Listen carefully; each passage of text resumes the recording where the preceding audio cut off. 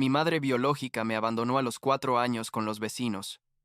21 años después, reaparece rogando perdón. Pero solo necesitaba mi riñón. Me acosó y ofreció dinero por mi órgano.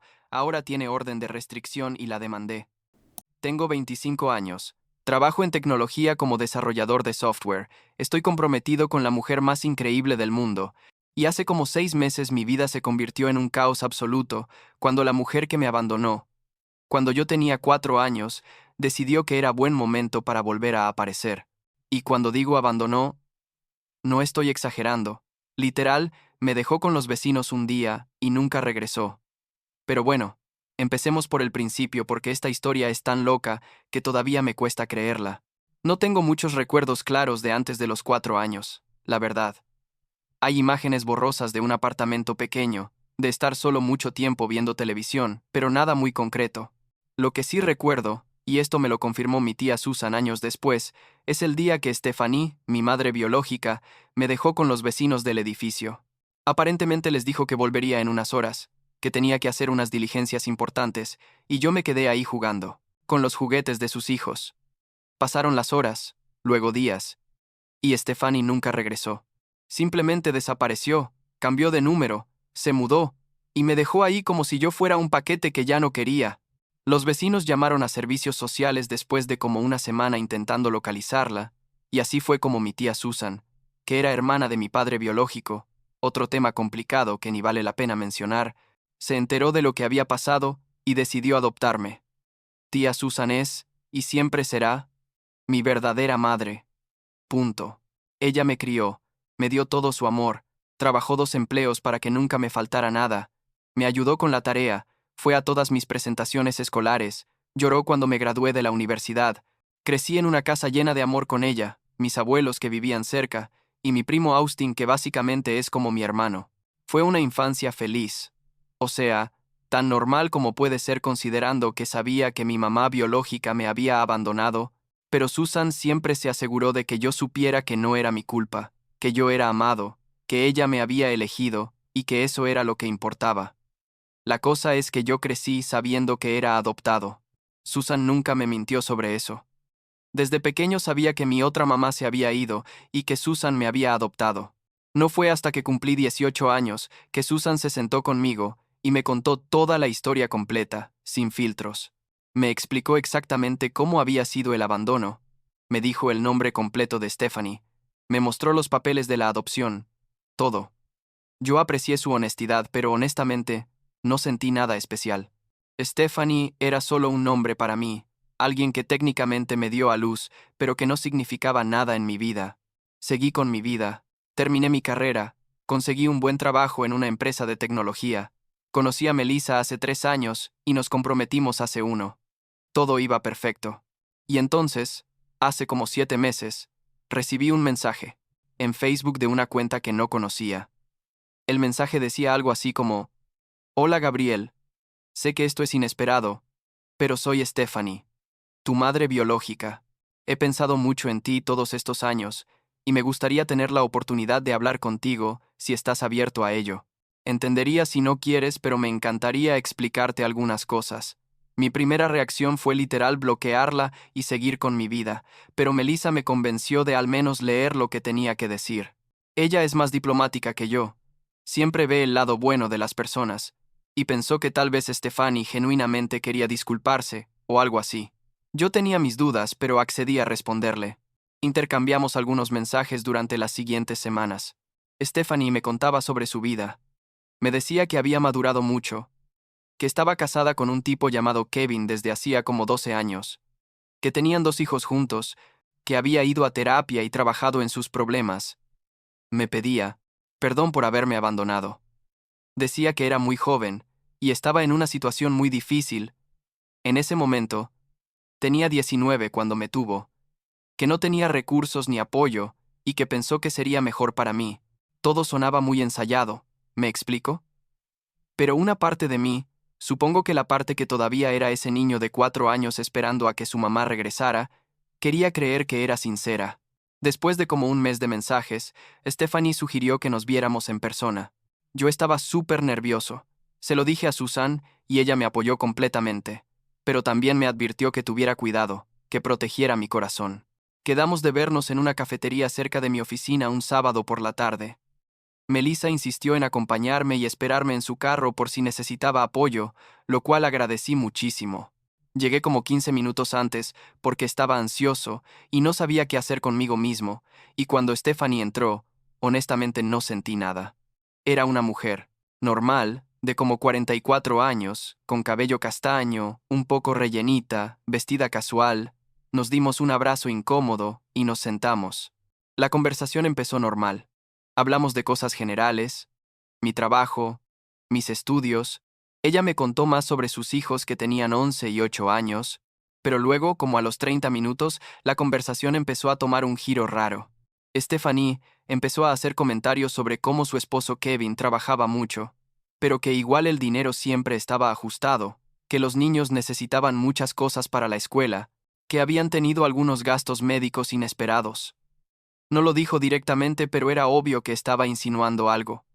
Luego me preguntó directamente a qué me dedicaba y cuánto ganaba aproximadamente. Yo me puse súper incómodo y le di respuestas vagas. Melissa me había dicho que si en algún momento me sentía incómodo, simplemente me fuera, así que después de como una hora, les dije que tenía que irme. Salí de ahí sintiéndome raro, como sucio de alguna manera. Le conté todo a Melissa en el carro, y ella inmediatamente me dijo que algo no cuadraba, que nadie desaparece por 20 años, y regresa solo para reconectar sin una razón oculta. Hablé con Susan esa noche, y ella me dijo exactamente lo mismo. Los siguientes días, Stephanie me bombardeó con mensajes. Quería saber cuándo nos volveríamos a ver, si podía conocer a Melissa, si quería ir a su casa a conocer a mis medio hermanos. Algo en mi estómago me decía que esto no estaba bien, así que le respondí, diciéndole que lo pensaría, pero que necesitaba tiempo. Como 2 semanas después, recibí un mensaje de un número desconocido. Era Kevin, el esposo de Stephanie. Me escribió diciendo que acababa de enterarse de mi existencia. ¿Puedes creerlo? Que Stephanie nunca le había mencionado que tenía un hijo mayor, y que estaba en shock pero que quería hablar conmigo. Le respondí, y básicamente me confirmó mis sospechas. Kevin me dijo que Stephanie le había confesado sobre mí solo unas semanas atrás, y que había sido porque él encontró mensajes entre nosotros en su teléfono. Me preguntó directamente si Stephanie me había pedido dinero. Y yo le dije la verdad, que no directamente, pero que había hecho comentarios muy sugestivos. Kevin se disculpó profusamente. Me dijo que no sabía qué estaba pasando, pero que se sentía terrible por toda la situación. Esa conversación me hizo tomar una decisión. Le escribí una carta larga a Stephanie. Se la mandé por email y también por mensaje. Le dije que apreciaba que hubiera querido reconectar, pero que yo ya tenía una familia, una madre que me crió y me amó, y que no estaba interesado en tener una relación con ella. Fui firme pero respetuoso. Le deseé lo mejor, y le pedí que por favor respetara mis límites y no me contactara más. Pensé que eso sería el final de todo este asunto. Qué ingenuo fui. Como una semana después, recibí un mensaje de una cuenta de Instagram que resultó ser de uno de los hijos de Stephanie, el de 11 años. El mensaje decía algo así como: «Hola, ¿eres mi hermano? Mi mamá está muy enferma y necesita ayuda. Por favor, no la ignores». Me quedé helado. Le respondí preguntándole quién le había dado mi información y qué estaba pasando, pero no obtuve respuesta. Esa misma noche, Stephanie me llamó. No sé cómo consiguió mi número de teléfono porque yo nunca se lo di. Y cuando contesté estaba llorando. Tipo histérica. Me dijo que necesitaba hablar conmigo urgentemente, que era de vida o muerte, que por favor le diera una oportunidad de explicarme algo. Accedí a verla una última vez, pero esta vez en un lugar público y con Melissa conmigo. Nos vimos en un parque cerca de mi casa. Stephanie llegó con los ojos rojos. Se veía terrible. Se sentó y directamente me soltó la bomba. Necesitaba un trasplante de riñón. Dijo que había estado en diálisis por los últimos 6 meses, que su condición estaba empeorando, que estaba en la lista de espera pero que podía tomar años, y que sus doctores le habían sugerido que buscara donantes vivos entre familiares cercanos. Kevin y sus hijos ya se habían hecho las pruebas pero ninguno era compatible. Entonces sus doctores le preguntaron si tenía otros familiares, y ahí fue cuando les confesó que tenía un hijo mayor del que nunca había hablado. Me miró con lágrimas en los ojos y me preguntó si estaría dispuesto a hacerme las pruebas para ver si éramos compatibles. Me quedé literal sin palabras. Melissa apretó mi mano porque podía sentir que yo estaba a punto de explotar. La rabia que sentí en ese momento fue indescriptible. Esta mujer me había abandonado hace 20 años. Nunca intentó contactarme. Nunca se preocupó por saber si estaba vivo o muerto. Y ahora aparecía porque necesitaba uno de mis órganos. Le pregunté directamente si esa era la única razón por la que me había contactado, y ella intentó negarlo. Dijo que no, que genuinamente quería conocerme, que lo del riñón era algo que surgió después. Pero yo no le creí ni una palabra. Le dije que no, que rotundamente no, que ella no significaba nada para mí y que yo no le debía absolutamente nada. Me levanté y me fui con Melissa. Los siguientes días fueron horribles. Stephanie no paraba de llamarme, de mandarme mensajes, de escribirme en todas mis redes sociales. Me mandaba fotos de ella en el hospital, me enviaba mensajes sus hijos diciendo que su mamá se iba a morir por mi culpa. Kevin me escribió pidiéndome que lo reconsiderara. Tuve que bloquearlos a todos. Hablé con Susan y con un terapeuta porque, honestamente, me estaba afectando mentalmente todo esto. Mi terapeuta, el Dr. Walker, me ayudó muchísimo a procesar todo. Me explicó que lo que Stephanie estaba haciendo se llamaba manipulación emocional, que no era mi responsabilidad salvarla, que yo no le debía nada por el simple hecho de compartir genes con ella. Pensé que, al bloquearlos finalmente tendría paz, pero Stephanie encontró otra manera de llegar a mí. Buscó la información de mi empresa en LinkedIn y llamó directamente a mi jefe.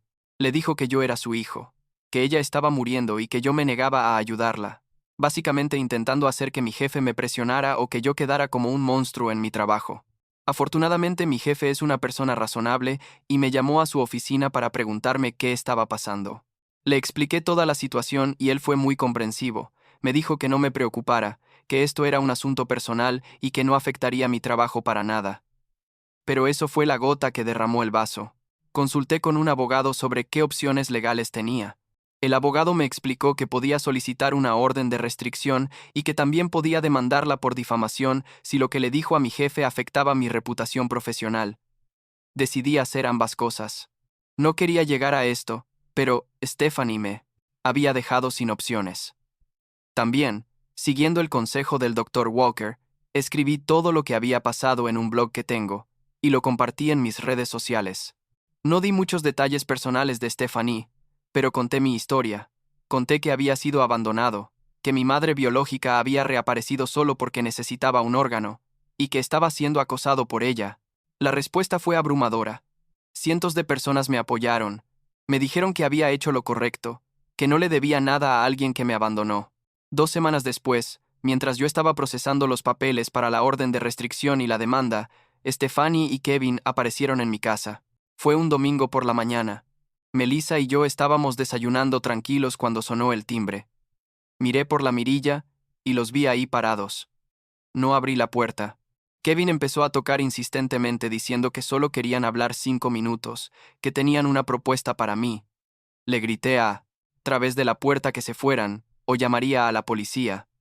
Kevin entonces me dijo que estaban dispuestos a pagarme por mi riñón, que tenían dinero ahorrado, que me darían lo que yo pidiera. Quedé en shock. Esta gente estaba literal ofreciéndome dinero por un órgano, lo cual, además de ser asqueroso moralmente, es completamente ilegal. No dije nada más. Simplemente llamé al 911. Les expliqué la situación al operador, que estas personas estaban acosándome, que había una orden de restricción en proceso, que estaban en mi propiedad privada después de que les pedí que se fueran. La policía llegó como en 10 minutos. Para cuando llegaron, Stephanie estaba sentada en el piso de mi porche llorando, Kevin estaba caminando de un lado a otro, y yo estaba adentro con todas las puertas cerradas, con seguro grabando todo con mi teléfono por si acaso. Los oficiales hablaron con ellos, luego tocaron mi puerta y hablaron conmigo. Les mostré todos los mensajes.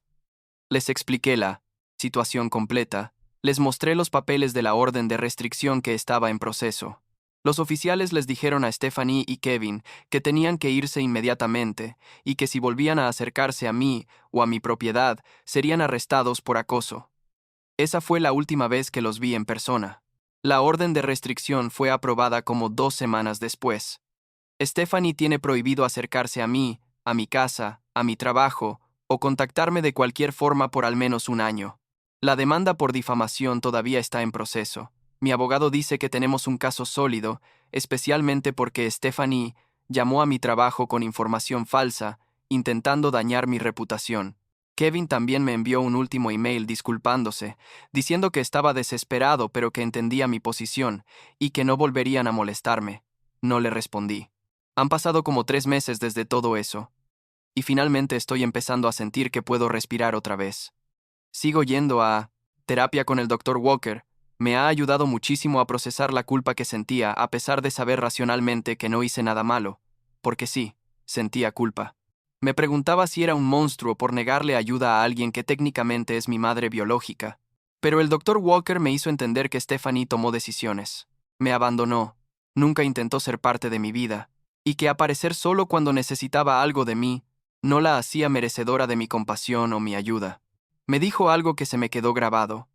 El hecho de que alguien te necesite no significa que tú tengas la obligación de destruirte para salvarlos, especialmente cuando esa persona nunca estuvo ahí para ti.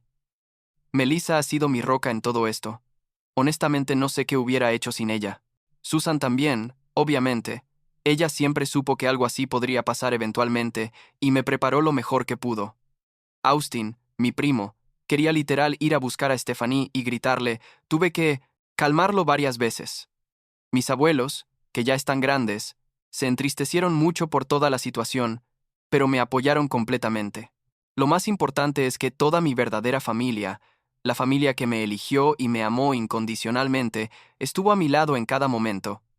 La semana pasada recibí noticias del abogado. Stephanie intentó contrademandarme, alegando que yo estaba difamándola con mi blog y mis redes sociales, pero el juez desechó su demanda, porque todo lo que escribí era verdad y estaba documentado. Mi demanda contra ella sigue adelante. Honestamente no sé si vamos a ganar o cuánto tiempo tomará, pero ya no se trata del dinero, se trata del principio. Se trata de establecer un límite claro y de protegerme legalmente de cualquier acoso futuro. A veces, cuando estoy solo, todavía pienso en ese niño de 4 años que se quedó esperando a que su mamá regresara. Me pregunto, ¿qué hubiera pasado si Stephanie hubiera sido diferente, si hubiera luchado por quedarse conmigo, si hubiera sido una verdadera madre? Pero luego miro mi vida ahora. Miro a Susan, que siempre estuvo ahí. Miro a Melissa, que me ama y me apoya. Miro todo lo que he logrado. Y me doy cuenta de que tal vez las cosas pasaron exactamente como debían pasar. Susan me dijo algo hermoso la otra noche cuando estábamos cenando. A veces la familia que elegimos es más fuerte que la familia que nos tocó por sangre. Y tiene toda la razón. No sé qué pasará con Stephanie, si encontrará un donante o no, y sé que suena frío, pero honestamente ya no es mi problema. Yo no le deseo mal, pero tampoco voy a sacrificar mi paz mental, mi salud o mi bienestar por alguien que nunca me consideró cuando tomó la decisión de abandonarme. Aprendí que está bien poner límites, que está bien decir no, y que no eres una mala persona por protegerte de gente tóxica, incluso si esa gente comparte tu ADN. Mi boda con Melissa es en 6 meses, y estoy enfocado en eso, en construir mi propia familia, en vivir mi vida rodeado de personas que genuinamente me aman, y eso es suficiente para mí.